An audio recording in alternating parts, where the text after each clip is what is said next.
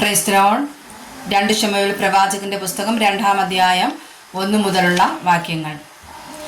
അനന്തരം ദാവീദ് യഹോവയോട്, ഞാൻ യഹൂദ്യ നഗരങ്ങളിൽ ഒന്നിലേക്ക് ചെല്ലണമോ എന്ന് ചോദിച്ചു. യഹോവ അവനോട്, ചെല്ലുക എന്ന് കൽപ്പിച്ചു. ഞാൻ എവിടേക്ക് ചെല്ലേണ്ടു എന്ന് ദാവീദ് ചോദിച്ചതിന്, ഹെബ്രോനിലേക്ക് എന്ന് അരുളപ്പാടുണ്ടായി. അങ്ങനെ ദാവീദ് ഇസ്രായേൽക്കാരത്തി അഹീനോവം, കർമ്മേലിൽ നാബാലിന്റെ ഭാര്യയായിരുന്ന അബീഗയിൽ എന്നീ 2 ഭാര്യമാരുമായി അവിടേക്ക് ചെന്നു. ദാവീദ് തന്നോടുകൂടെ ഉണ്ടായിരുന്ന ആളുകളെ ഒക്കെയും കുടുംബസഹിതം കൂട്ടിക്കൊണ്ടുപോയി. അവർ ഹെബ്രോന്യ പട്ടണങ്ങളിൽ പാർത്തു. അപ്പോൾ യഹൂദ പുരുഷന്മാർ വന്ന് അവിടെ വെച്ച് ദാവീദിനെ യഹൂദ ഗൃഹത്തിന് രാജാവായിട്ട് അഭിഷേകം ചെയ്തു. ഗിലെയാദിലെ യാബേശ് നിവാസികൾ ആയിരുന്നു ശൗലിനെ അടക്കം ചെയ്തത് എന്ന് ദാവീദിന് അറിവ് കിട്ടി. ദാവീദ് ഗിലെയാദിലെ യാബേശ് നിവാസികളുടെ അടുക്കൽ ദൂതന്മാരെ അയച്ചു.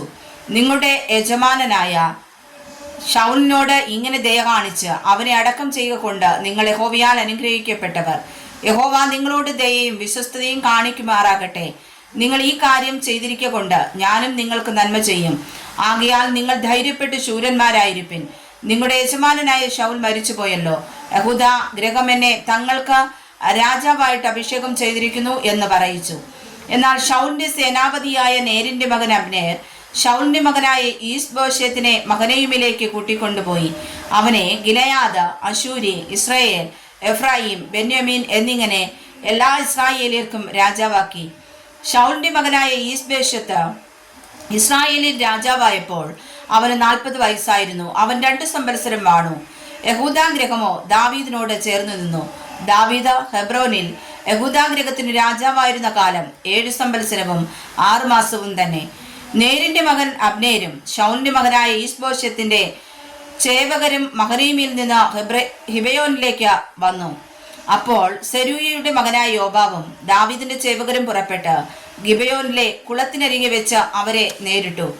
അവർ കുളത്തിന്റെ ഇപ്പുറവും മറ്റവർ കുളത്തിന്റെ അപ്പുറവും ഇരുന്നു. അബ്നേർ യോബാബിനോട്, ബാല്യക്കാർ എഴുന്നേറ്റ് നമ്മുടെ മുമ്പാകെ ഒന്ന് കളിക്കട്ടെ എന്ന് പറഞ്ഞു. അങ്ങനെ ആകട്ടെ എന്ന് യോബാബും പറഞ്ഞു. അങ്ങനെ ബെന്യാമീന്യരുടെയും ശൗലിന്റെ മകനായ ഈസ്ബോശത്തിന്റെയും ഭാഗത്തു നിന്ന് 12 പേരും ദാവീദിന്റെ ചേവകരിൽ 12 പേരും എണ്ണമൊത്ത് എഴുന്നേറ്റ് തമ്മിൽ അടുത്തു. ഓരോരുത്തൻ താന്താന്റെ എതിരാളിയെ മുടുക്കി പിടിച്ച് വിലാപ്പുറത്ത് വാൾ കുത്തിക്കടത്തി ഒരുമിച്ച് വീണു. അതുകൊണ്ട് ഗിബയോനിലെ ആ സ്ഥലത്തിന് ഹെൽക്കത്ത് ഹശൂരീം എന്നു പേരായി. അന്ന് യുദ്ധം ഏറ്റവും കഠിനമായി. അബ്നേരും ഇസ്രായേലും ദാവീദിന്റെ ചേവകരോട് തോറ്റുപോയി. അവിടെ യോബാബ്, അബീശായി, അസാഹേൽ ഇങ്ങനെ സെരൂയയുടെ 3 പുത്രന്മാരും ഉണ്ടായിരുന്നു.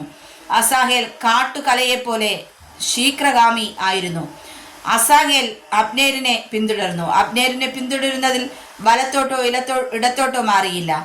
അബ്നേർ പുറകോട്ട് നോക്കി, നീ അസാഹേലോ എന്ന് ചോദിച്ചതിന് അതേ എന്ന് അവർ ഉത്തരം പറഞ്ഞു. അബ്നേർ അവനോട്, നീ വലത്തോട്ടോ ഇടത്തോട്ടോ തിരിഞ്ഞ് ബാല്യക്കാരിൽ ഒരുത്തിനെ പിടിച്ച് അവന്റെ ആയുധവർക്കം എടുത്തുകൊള്ളുക എന്ന് പറഞ്ഞു. എങ്കിലും അസാഹേലിന് അവനെ വിട്ടുമാറുവാൻ മനസ്സായില്ല. അബ്നേർ അസാഹേലിനോട്, എന്നെ വിട്ടുപോകാം, ഞാൻ നിന്നെ വെട്ടി വീഴിക്കുന്നത് എന്തിന്? പിന്നെ ഞാൻ നിന്റെ സഹോദരനായ യോബാബിന്റെ മുഖത്ത് എങ്ങനെ നോക്കും എന്ന് പറഞ്ഞു. എന്നാരെയും വിട്ടുമാറുവാൻ അവന് മനസ്സായില്ല. അബ്നേർ അവനെ കുന്തം കൊണ്ട് പുറകോട്ട് വയറ്റത്ത് കുത്തി.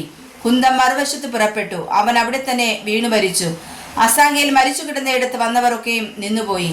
യോബാബും അബീശായിയും അബ്നേരിനെ പിന്തുടർന്നു. അവർ ഗിബയോൻ മരുഭൂമിയിലെ വഴിയരികെ ഗീഗിന്റെ മുമ്പിലുള്ള അമ്മാക്കുന്നിൽ എത്തിയപ്പോൾ സൂര്യൻ അസ്തമിച്ചു. ബെന്യാമീനർ അബ്നേരിന്റെ അടുക്കൽ ഒരേ കൂട്ടമായി കൂടി ഒരു കുന്നിൻ മുകളിൽ നിന്നു.